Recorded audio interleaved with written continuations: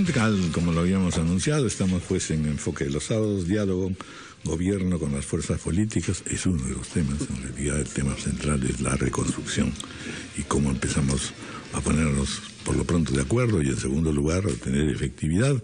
Que no nos ocurra como ha ocurrido antes, que nos quedamos a mitad de camino o que empezamos después en el periodo crítico a decir no, fue la culpa de este, el otro no lo hizo, tal lo hizo al revés, etcétera.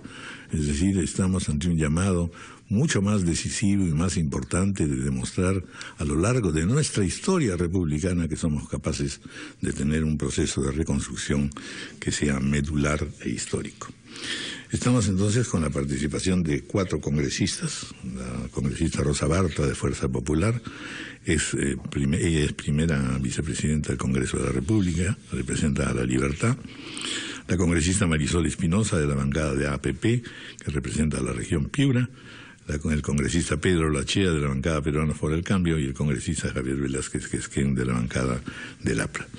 Bienvenidos, gracias por estar con nosotros y vamos entonces a iniciar esta conversación, sobre todo porque han ocurrido varias cosas, entre ellos el jueves el Pleno del Congreso, entre otros proyectos, se acordó en beneficio de las regiones de emergencia, se inició el debate de un proyecto de ley de la autoría para incorporar a los agricultores damnificados. Esto lo ha hecho Javier Velázquez y así cada uno de los congresistas tienen iniciativas para cada una de sus regiones.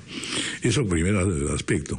Pero el segundo es el que en realidad quisiera iniciar de partida, es decir, estamos históricamente ante la convocatoria de una coincidencia, y así también lo ha señalado el presidente de la República y prácticamente todos los medios de comunicación, en que se necesita tener un frente único, por así llamarlo, de los partidos políticos en esta tarea de la reconstrucción.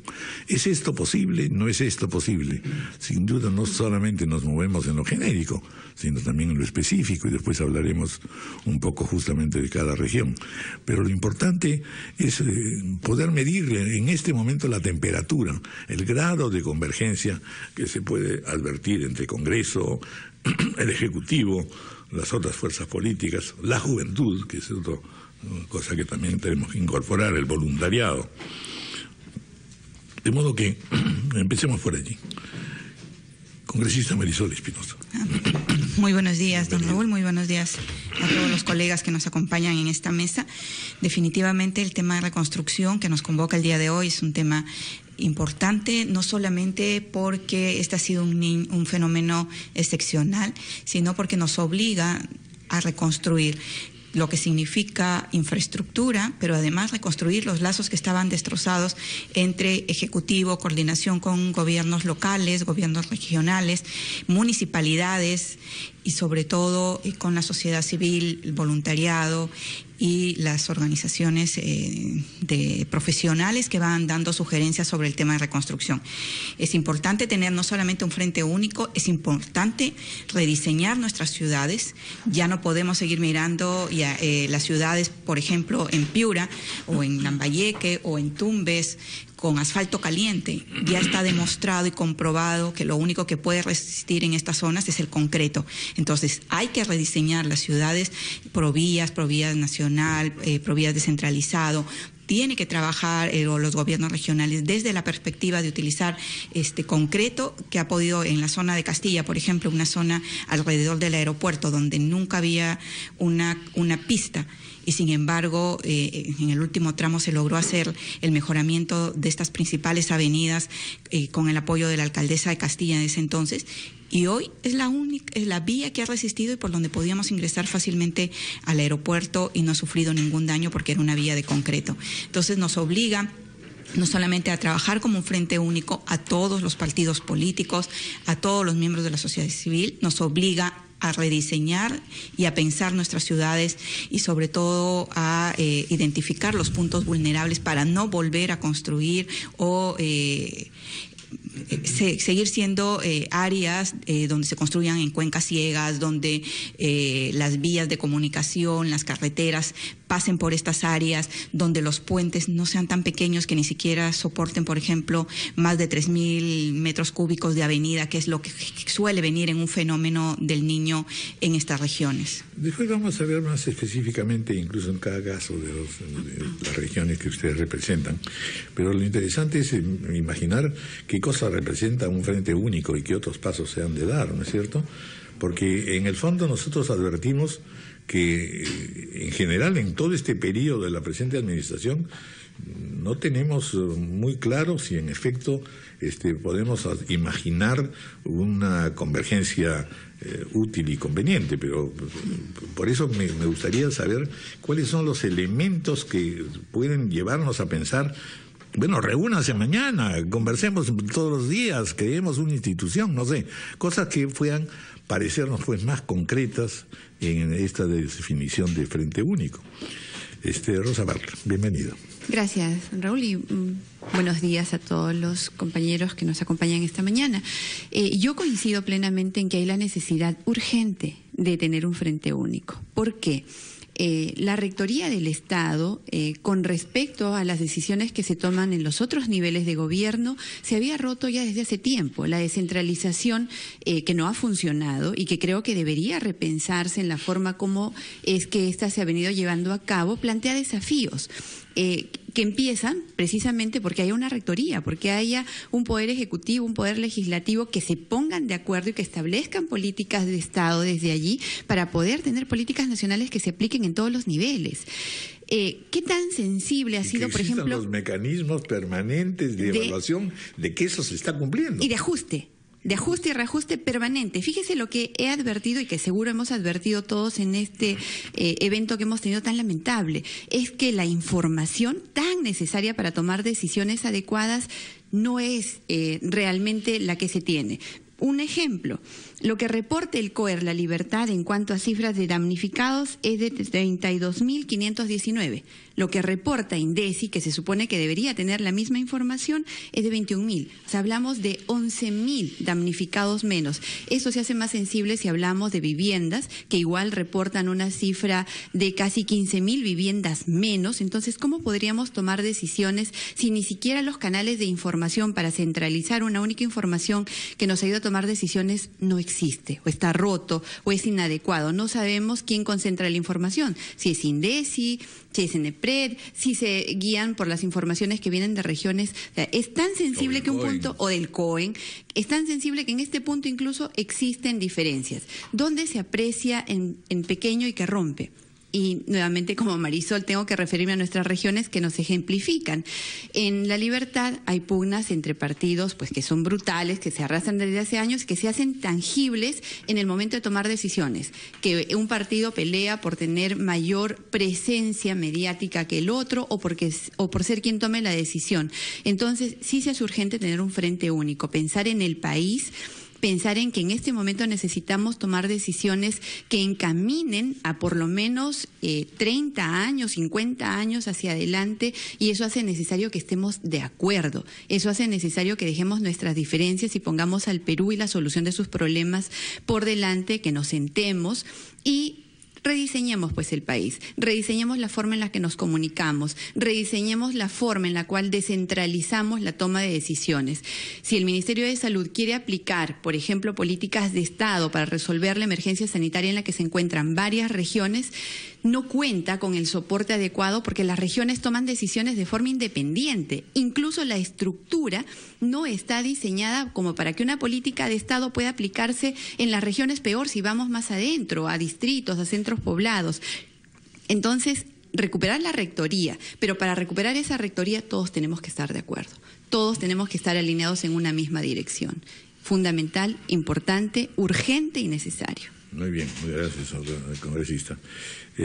Congresista Javier Velázquez, que es quien, bienvenido. Buenos días.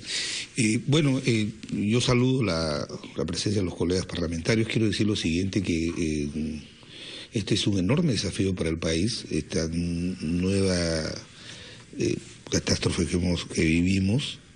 Lo primero que yo tengo que decir modestamente es que en torno a la reconstrucción tiene que haber un acuerdo político por la reconstrucción. Y yo creo que no puede haber ninguna bancada, ningún partido que se oponga a respaldar lo que debe ser un plan de reconstrucción que tenga como ejes fundamentales no solamente recuperar y mejorar las viviendas, las carreteras dañadas, sino recuperar la capacidad productiva. Y el tercer eje fundamental que debe tener este proceso de reconstrucción es construir un Perú mejor para enfrentar en mejores condiciones las eventuales catástrofes que se van a presentar en el futuro. ¿Esto qué supone, don Raúl?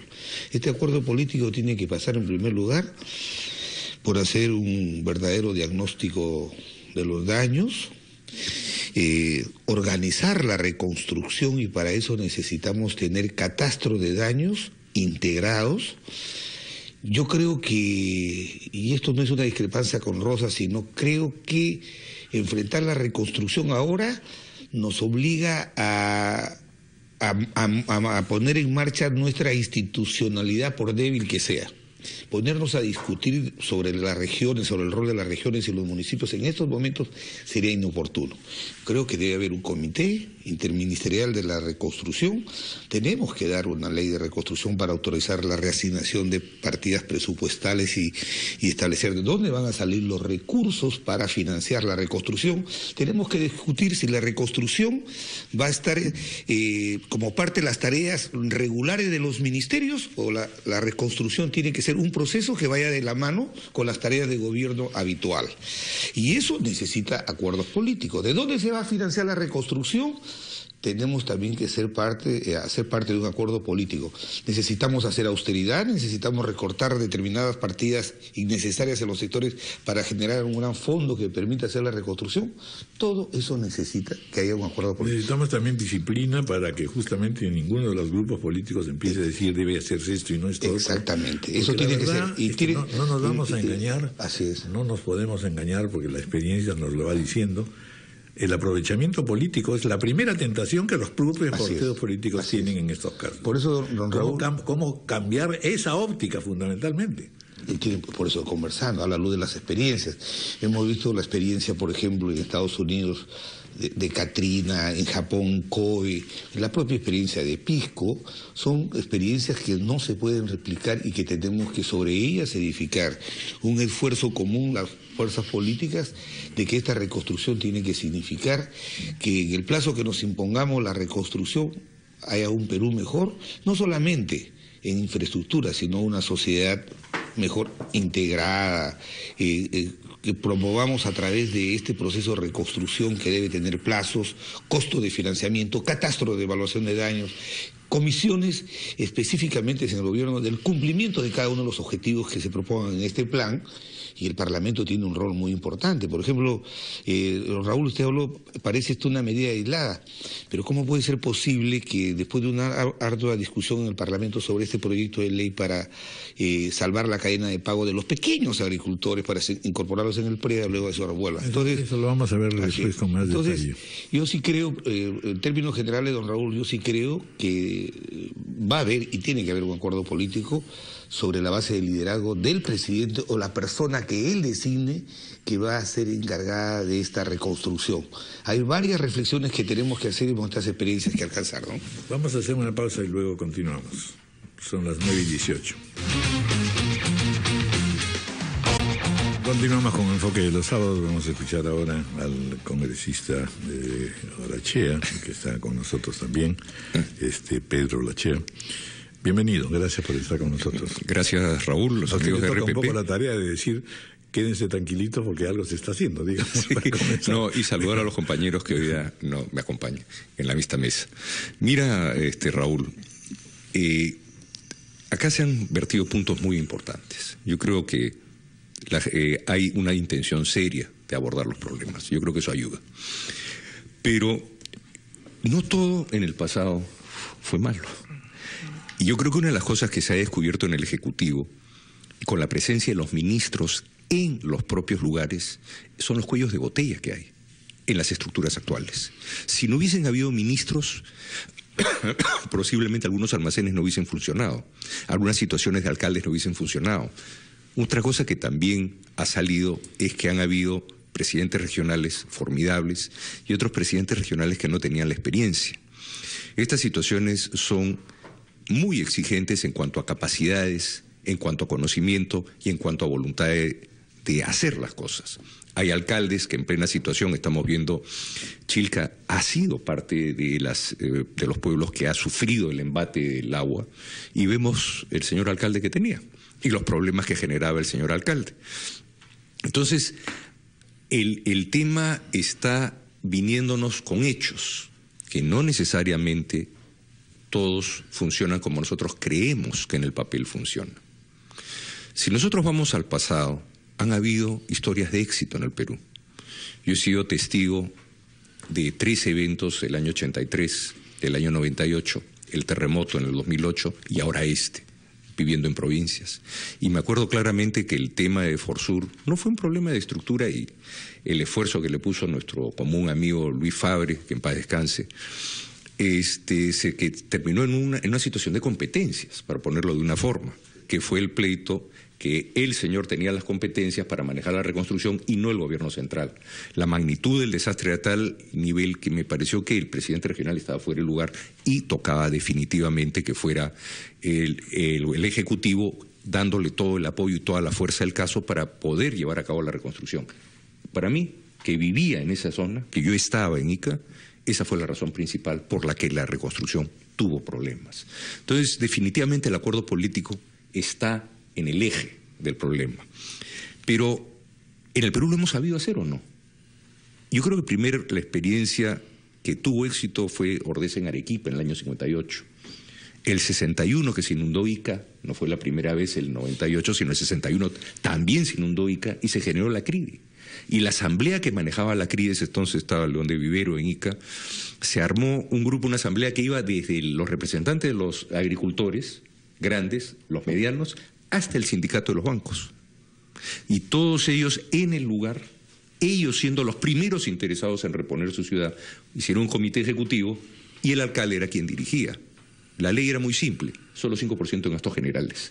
No había para gastar plata, no habían dietas, pero eran los propios del lugar que sacaron el tema adelante. Después se da en el Cusco. En el Cusco se da otra corporación de este tipo y tiene éxito.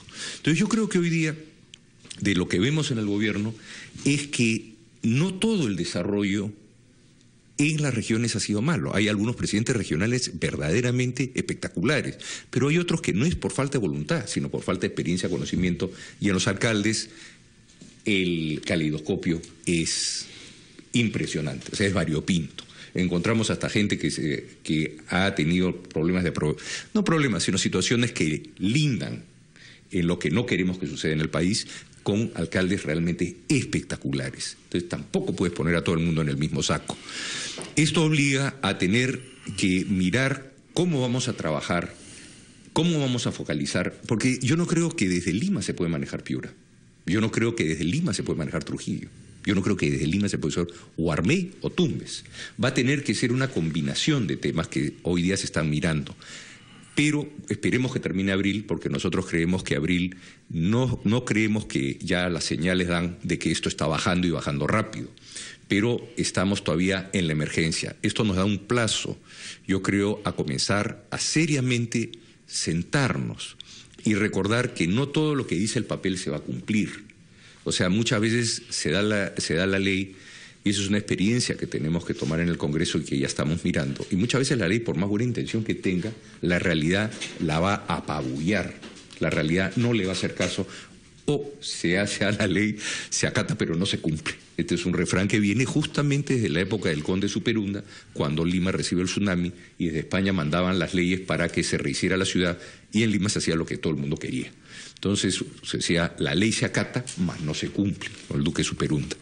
Entonces lo que tenemos que revisar es cuál es nuestra realidad, y la realidad se está pintando de acuerdo a lo que estamos viendo. Las capacidades no son las mismas, los problemas no son los mismos. Entonces, ¿cómo engranamos a la sociedad para que salga adelante?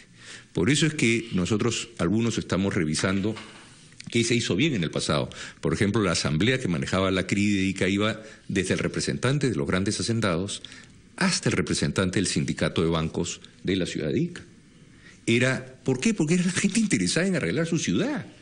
Y como te repito, lo interesante de la ley eran 3 artículos. No habían dietas, 5% de gastos generales y a reconstruir. Lo interesante fue la dinámica que se creó después. Se llegaron hasta emitir créditos, bonos hipotecarios, que se vendían. Cuando vino la revolución, lamentablemente todo esto se destruyó, pero ya al final era el ahorro público el que estaba atrás de la construcción permanente de casas en la ciudad. Se logra el 100% de educación rural, 100% de educación rural y 60% de salud rural en la época, que fue realmente premiado por la UNESCO. Entonces, y la ONU. Claro, bueno, pero lo que tenemos que revisar, Raúl, es la realidad que tenemos ante manos. Yo creo que eso es lo que está haciendo en este momento el gobierno y mirando qué tenemos de recursos en la mano, recursos humanos. Ese es el principal tema que hoy tenemos que mirar. Y no me parece, de lo que estoy escuchando, que van a haber una sola persona que pueda dirigir. Sí puede ser una persona que vea temas financieros, que sean ese, pero eventualmente quienes van a tener que dirigir van a tener que estar en las regiones. Sí, efectivamente, ahora ese es justamente, tal como lo ha planteado la congresista Bartra, uno de los miradas centrales, ¿no es cierto?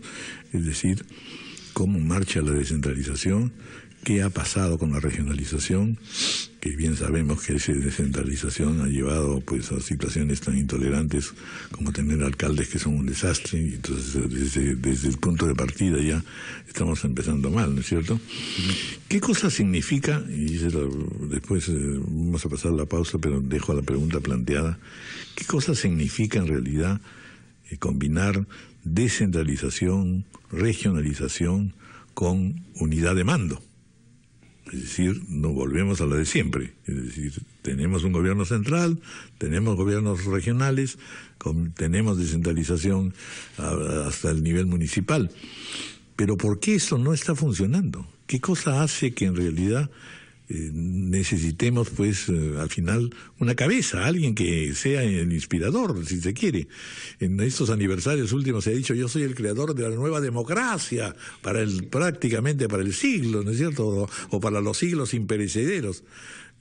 Evidentemente, toda figura de un solo presidente, pues, revela inmediatamente imaginar que es un dictador, etcétera, pero, sin duda, se tiene que tener unidad de mando y también se tiene que tener responsabilidad para poder proceder a algo que es un proceso que desgraciadamente no ha caminado. Nuestro proceso de descentralización nos hubiera encontrado a nosotros mucho mejor si es que hubiese caminado para enfrentar este problema. De modo que vamos a ver eso, más algunas iniciativas concretas que tengan con respecto a sus regiones, porque eso también, por supuesto, nuestros oyentes están muy interesados en conocer. Hacemos la pausa. Intervienen los invitados, cómo están proponiendo sus trabajos en cada región respectiva. Marisol Espinosa. Muchas gracias, don Raúl, y permítame una licencia. Hay un pedido de Santa Catalina de Moza, de los pobladores y del alcalde, solicitando una intervención de un puente aéreo, solicitarle al general Barak que pueda hacerlo de manera rápida para atender al señor Juan Córdoba Ruiz en la zona de Culebreros, que tiene un problema de apendicitis y no puede ser trasladado hasta Piura para hacer la operación o atenderlo de manera inmediata. No, ese es el pedido, que se puede establecer un puente aéreo rápido de Piura a Culebreros. ¿Qué distancias hay ahí? De ahí son casi 20 minutos. Ya. Desde Piura, porque ya el general Baraca tiene mucha experiencia trayendo pacientes, que pueda traer al señor Juan Córdoba Ruiz para que pueda ser atendido en Piura, porque tiene un cuadro aparente de apendicitis según el diagnóstico que han reportado, y hasta ahora no puede ser trasladado. De acuerdo. Bueno, Piura. Definitivamente el tema que nos pone sobre el tapete, sobre la mesa, es el tema de las regiones. Efectivamente, no ha funcionado en algunos casos. El caso de educación y salud, definitivamente se requiere rectoría nacional. En estos momentos tenemos problemas hasta para fumigar, lo cual es gravísimo. Un llamado a toda la población que abra las puertas de sus viviendas. Estamos frente a un fenómeno del niño que genera consecuencias sanitarias, básicamente chikungunya, dengue, que es un tema endémico en la región. Tenemos que fumigar y abrir las puertas de las casas. Pero aparte de eso, también implica presupuestos. Por ejemplo, envías a fumigar pero no envías a la gente con lo que necesita, con sus viáticos. Entonces le pides que alguien aporte los viáticos, le pides que alguien aporte con el tema de movilidad. Entonces no puedes hacer así un sistema de atención a la ciudadanía rápida, eficiente, para el tema de dengue, por ejemplo, que se presentó en la anterior oportunidad en Piura hace unos meses, y que efectivamente no tenía la gente de buena voluntad en los centros de salud, salía como podía atender los técnicos y sobre todo los voluntarios, las señoras. Soy testigo del trabajo de las señoras puerta a puerta, tocando gratis, de las madres de familia, para enseñar cosas muy simples, ¿no? A lavarse las manos, a tapar los depósitos con agua.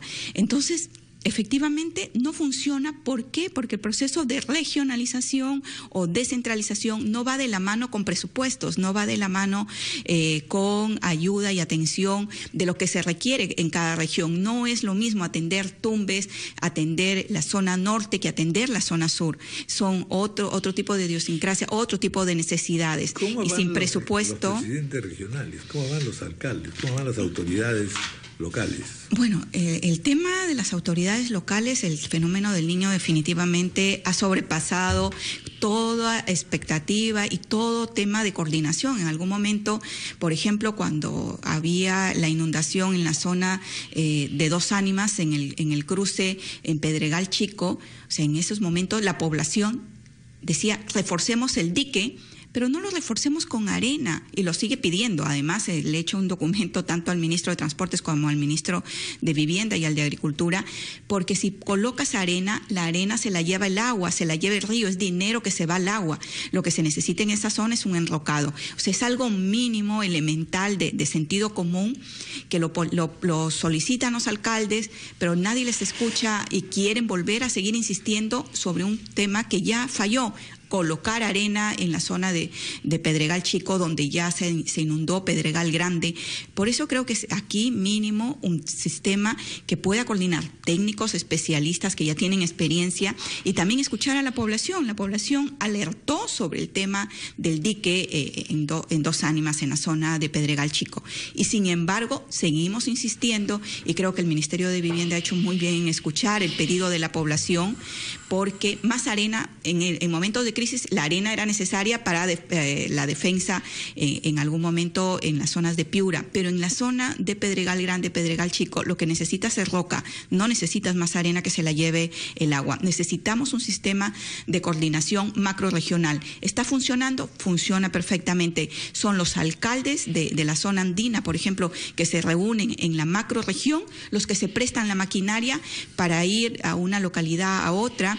Por ejemplo, el alcalde de Santo Domingo presta el tractorcito para poder Eso recoger. Sí está funcionando. Está funcionando, funciona el tema de la solidaridad, pero no funciona si no tienes máquinas, no tienes deficiente equipamiento de máquinas. ¿Por qué? Porque el Ministerio de Economía no te autoriza presupuestos para maquinaria, no te autoriza presupuestos para, por ejemplo, comprar maquinaria para perforación. Oímos noticias al contrario, de que se van tomando decisiones precisamente en el alto mando, que se supone que están dando las facilidades, suministrando desde apoyo aéreo hasta apoyo en maquinarias, y no sé. Ha sido importante la presencia, como dijo Porque no lo vamos a negar, que hemos vivido días de una enorme intensidad, pero al mismo tiempo ha habido respuesta.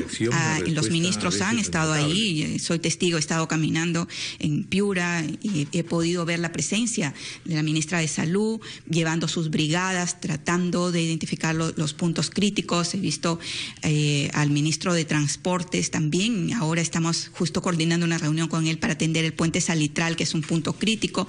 He visto al ministro de Agricultura. He podido ver al ministro de Vivienda también caminando por la zona, al ministro de Defensa, que tuvo que tomar decisiones drásticas en algún momento porque la ayuda no llegaba, y ayuda que no te llega en un momento determinado no es ayuda. Claro. El pobre quizás después tendrá que lidiar con muchos problemas que te vienen, pero creo que tomó las decisiones correctas en el momento indicado de poder trasladar no solamente puentes aéreos, sino ayuda alimenticia emergencia para las poblaciones. Por ejemplo, Sapillica en estos momentos tiene un mes aislado y, sin embargo, si no se le lleva alimentos a Pueblo Nuevo de Maray, a Sapillica, a la zona de Culebreros, están totalmente aisladas. Tambo Grande, la zona de Locuto, necesitan atención urgente, y efectivamente son nuestros soldados los que han respondido de manera inmediata en estas zonas de emergencia. Rosa Bartra, usted fue la que planteó el tema de la descentralización muy adecuadamente. Me gustaría que nos diera un poco la idea de qué podría hacerse para poder, más o menos en un plazo relativamente corto, establecer una ligazón entre las diversas instancias de la administración pública. Definitivamente yo coincido con mi amigo Javier de que no es posible en este momento rediseñar toda la política que define la descentralización y los gobiernos regionales. No es posible, sería una discusión que nos tomaría mucho tiempo y no nos llevaría a nada, y además aumentaríamos la tensión innecesariamente. Pero sí creo que es el momento de establecer competencias y niveles de responsabilidad en el proceso de la reconstrucción. Tiene que ser clarísimo qué te corresponde a ti, qué te compromete a ti y qué es lo que tienes que hacer y a quién le vas a responder y qué mecanismos de fiscalización vas a tener en ese nivel de responsabilidad. Eso tiene que quedar clarísimo tanto en esta etapa de rehabilitación y mucho más fuerte en la etapa de reconstrucción. Creo que si nosotros creamos el marco normativo y tenemos ese desafío en el Congreso para establecer esto y trabajamos en la misma línea con el Ejecutivo, esto va a poder fluir, o por lo menos vamos a alejarnos un poco de la posibilidad del fracaso de las experiencias anteriores. ¿Qué tengo yo que decir además en este momento? Saludar y felicitar la enorme solidaridad que he visto en mi región, y creo que ha sido un factor común en las regiones, pero lo que yo he visto del sector privado, si yo caminaba en las zonas devastadas, de 20 máquinas trabajando en rehabilitación urgente, no exagero, si 19 eran privadas y una venía por parte del Estado. O sea, los microempresarios, los empresarios y los grandes empresarios han estado allí. Y no solamente ellos, las iglesias, las organizaciones, los colectivos, los jóvenes se han organizado en grupos y todos los días llevan desayuno, almuerzo, cena. Creo que si la emergencia no ha sido catastrófica, ha sido precisamente por esta enorme red de solidaridad que se activó de inmediato. O sea, en el momento mismo de la emergencia ya teníamos a gente voluntaria caminando, y creo que esto es algo que nosotros debemos aprovechar. Si somos un país con una respuesta solidaria tan potente, esa también debería ser una línea de respuesta ya institucionalizada, y deberían tener canales por los cuales se podría... Es participación ciudadana, pues evidentemente. Exactamente, que no pasa estrictamente por la organización política, que es la otra cosa que estamos viendo en el Perú. Es decir, claramente hoy día hay voluntades y transformaciones y cambios que se operan con prescindencia de las fuerzas políticas. Sin desmerecer... Demostrando un dinamismo, digamos, más rico. Muy potente. Sin desmerecer también lo que las organizaciones políticas tienen que hacer en momentos como este. Las organizaciones políticas no solamente existen para participar en elecciones, sino para participar en la vida misma de la sociedad. Y eso involucra participar en momentos de emergencia, y hay que saludar a los partidos políticos que sí han estado a la altura de las circunstancias acá, y es el caso de mi partido. Además de eso, yo quisiera llamar la atención del nivel de compromiso, ya no de eficiencia, ya no de otras características, sino del de compromiso de las autoridades en los gobiernos regionales y locales. ¿Qué pasó en mi región? Que el gobernador regional, habiendo estado declarada en emergencia, personalmente habiendo advertido de que las 3 quebradas más importantes estaban activadas, que hay un dique que podía traer graves problemas, se fue a España por más de 20 días en plena emergencia. Entonces yo creo que actitudes como estas tienen que servir para ejemplificar también qué es lo que nosotros hacemos para cuestionar efectivamente actitudes como estas. Y además de eso, el roce permanente que hay entre el gobernador regional y el alcalde provincial también han dificultado muchísimo la toma de decisiones oportunas. Y es un fenómeno que se reproduce en varios sitios. Pero que en algunos es más sensible que en otros. En algunos realmente hay enfrentamientos que se hicieron abiertos. Por otro lado, yo tengo que destacar, es cierto, la presencia y respuesta rápida del Estado, que duda cabe, han respondido y han viajado. Sin embargo, creo que en algunos casos, y es el caso de mi región, creo que desbordó totalmente la posibilidad de articulación que ellos han podido, digamos, obtener como nivel de respuesta. En La Libertad estuvo designada la ministra Aljobín, y qué duda cabe, ha tenido serios problemas para poder responder a la emergencia. Yo quisiera referirme a dos puntos que han sido muy sensibles. Uno es el colapso del puente de Virú, un puente importantísimo que además nos conecta no solamente con el sur del país, sino que nos lleva, pues, es una vía importantísima, la Panamericana Norte, y está seriamente afectada. Ya va para un mes de haber colapsado este puente. ¿Dónde quiero llamar la atención? En el que el primer día, es cierto, han ido el ministro de Transportes, de Salud, de Economía, ha ido la segunda vicepresidenta, han ido casi todas las autoridades, incluido el presidente. El primer diagnóstico y la primera respuesta a la emergencia dijeron: es sobrevolado, el ministro de Transportes, no cualquier autoridad, sino el ministro de Transportes, es sobrevolado y en 48 horas está resuelto el problema. Eso lo dijo el 10 de marzo. A la siguiente fue, bueno, va a estar resuelto en 4 días. La siguiente fue, no, va a ser en 5. Vino el presidente y dijo, esto va a tomar buen tiempo. La congresista Arauz y también vicepresidenta dijo que eso iba a estar en 15 días. Es decir, todos ellos tenían respuestas absolutamente discordantes y hablamos del mismo nivel de gobierno, hablamos del gobierno central.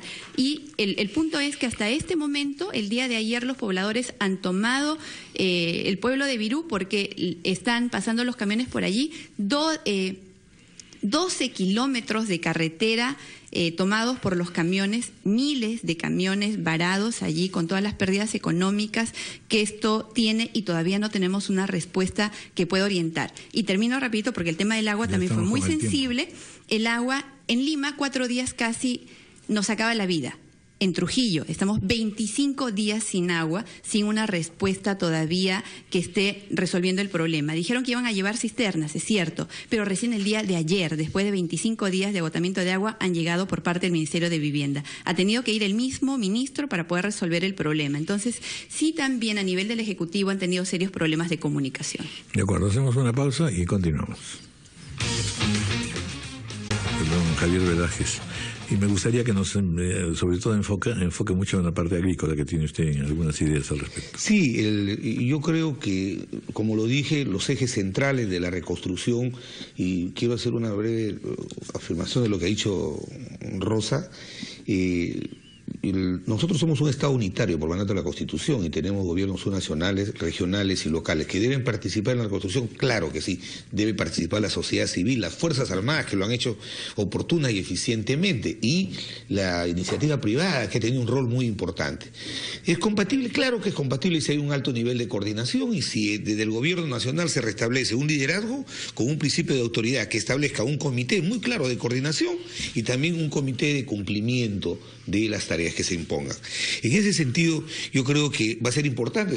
El diagnóstico que tenemos son 28.000 viviendas que se tienen que reponer, tienen que ser en mejores condiciones, y la infraestructura productiva, y como en el caso de Lambayeque, que yo me reuní con la Junta de Usuarios y con la Comisión de Regantes, y ellos los pequeños agricultores tienen créditos con Agrobanco y las cajas rurales y mutuales, y por eso presentamos rápidamente el proyecto de ley para permitir que estos agricultores, que no pasan de 3.000, tanto en Piura, Tumbes, Ica, Ancaes, puedan ser incorporados a la ley Preda, que les establece mecanismo de refinanciación en una circunstancia de esta naturaleza.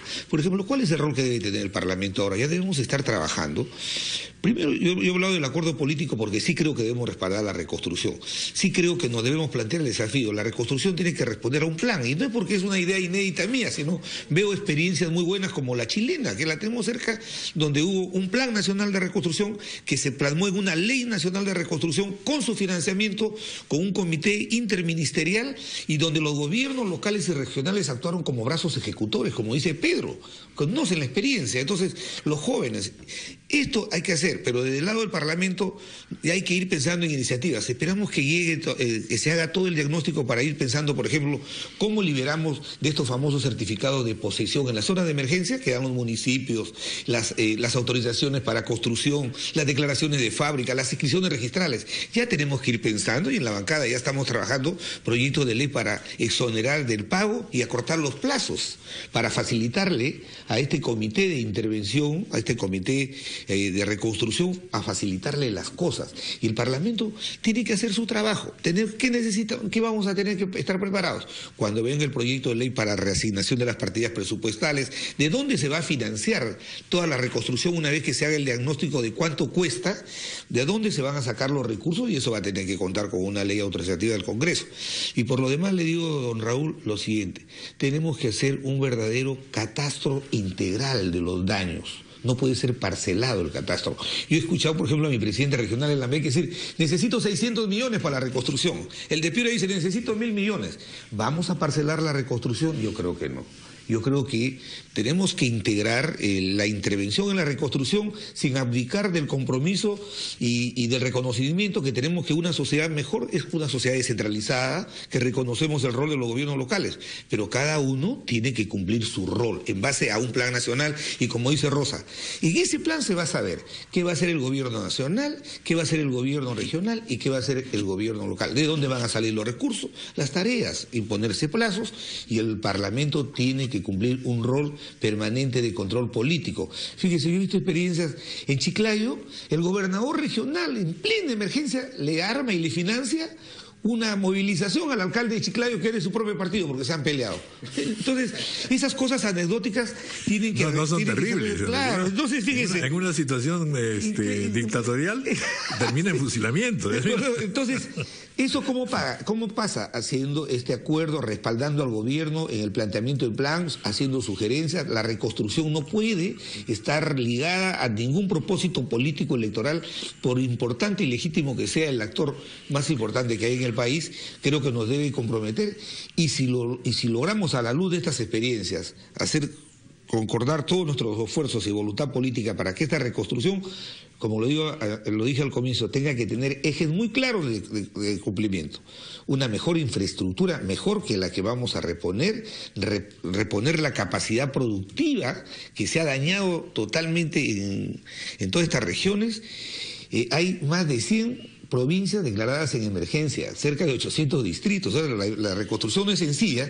Y tercero, tenemos que al cabo de la reconstrucción haber reedificado un país que esté en mejores condiciones de enfrentar cualquier desastre o catástrofe. Si nos trazamos esos objetivos, yo creo que no va a haber fuerza política que esté dispuesta a rehuir cualquier compromiso de apoyar al gobierno en lo que debe ser la tarea de la reconstrucción, ¿no? Pedro Leche. Bueno, yo creo que ya estamos llegando a un primer acuerdo. Tenemos que organizar las competencias, tenemos que ordenarlas. No han funcionado, tenemos que ser prácticos. El idealismo de que cada región podía ser un país no ha funcionado. Yo creo que hay ya un consenso en la mesa de que tenemos que revisar salud, tenemos que revisar educación y, ¿por qué no?, otras competencias que son políticas nacionales. Yo sí creo que la tarea de la construcción, la tarea de todo lo que es trabajar adentro de las regiones. Como les digo, vean Piura, vean el tamaño de Piura y vean el mapa europeo. Se van a sorprender el tamaño de Piura. Se van a sorprender el tamaño de Cajamarca, se van a sorprender el tamaño de Amazonas. Son países. Entonces, las competencias tienen que ser muy claras. ¿Para qué? Para poder recibir el trabajo. Lo que bien dice Rosa y Marisol, ¿no? Tenemos que ver qué cumplimientos han habido. Y no puede ser el hombre estar manejando una orquesta cuando no tiene todas las competencias tampoco. Porque el único que puede generar presupuestos, el único que puede es el legislativo, pero el único que puede ejecutarlos es el ejecutivo. Entonces tenemos que revisar las competencias y tenemos que poner orden, que es en este desorden que los problemas están naciendo. Ahora, tú hacías una referencia, y que también lo han hecho los otros dos invitados, a esta, primero la movilización y en segundo lugar la capacidad a veces de respuesta con prescindencia de solamente la estructura burocrática, ¿no es cierto? De hecho, ahí entran también un poco las Fuerzas Armadas, el voluntariado. Es decir, y mencionabas en los acontecimientos anteriores, los desastres anteriores, cómo la sociedad civil en realidad es la que finalmente logra un nivel de organización y una capacidad, puesto que está en el lugar, además, mucho de proximidad, para resolver cosas de una manera más razonable. Mira, definitivamente, Raúl, pero había un concierto de competencias entre lo que era el Ejecutivo, el seguimiento que le hacía el acompañamiento del Ejecutivo y las responsabilidades que habían en ese momento en la región. Como tú dices, y como ha dicho... Sí, había una infraestructura lógica de ordenamiento, digamos. Claro, acá la cuestión es qué organización, ese es el gran tema, qué marco de trabajo, qué debo hacer yo, qué debo entregar yo, y qué cosa es lo que yo soy responsable.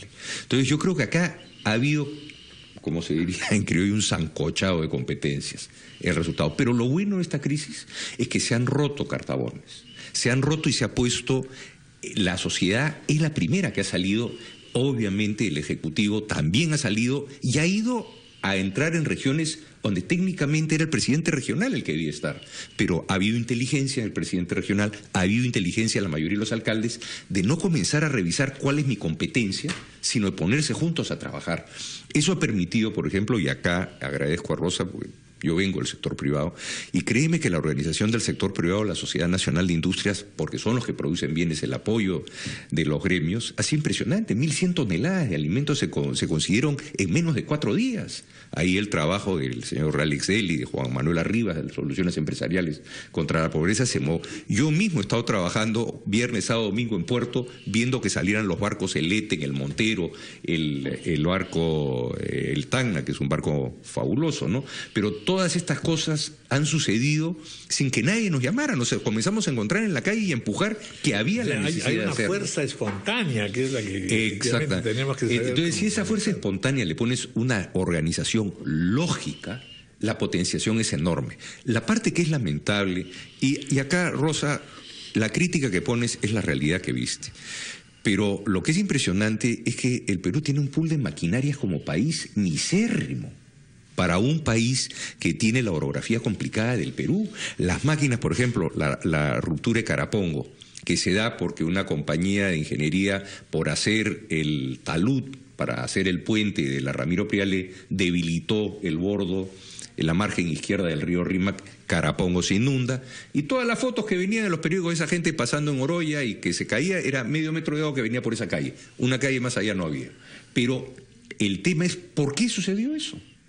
Entonces, yo estuve con el ministro Trujillo en la mañana y llegamos temprano y realmente la población estaba totalmente, como era lógico, era gente que estaba muy contrariada.